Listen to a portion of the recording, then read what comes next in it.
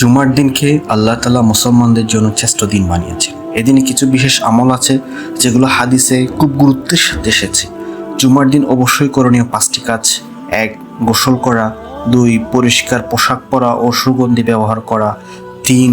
জুমার নামাজের জন্য আগে ভাগে মসজিদে যাওয়া। 4. খুতবা মনোযোগ দিয়ে শোনা এবং 5 নাম্বার বেশি বেশি দরুদ পাঠ করা।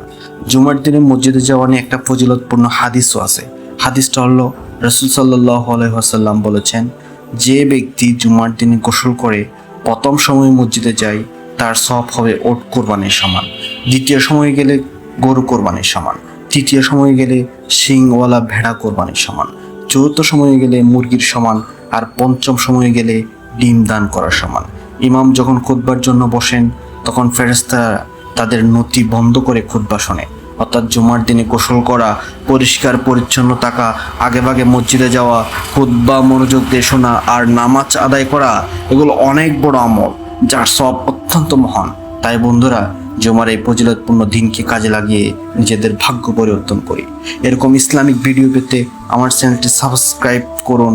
আল্লাহ হাফেজ। আসসালামু আলাইকুম।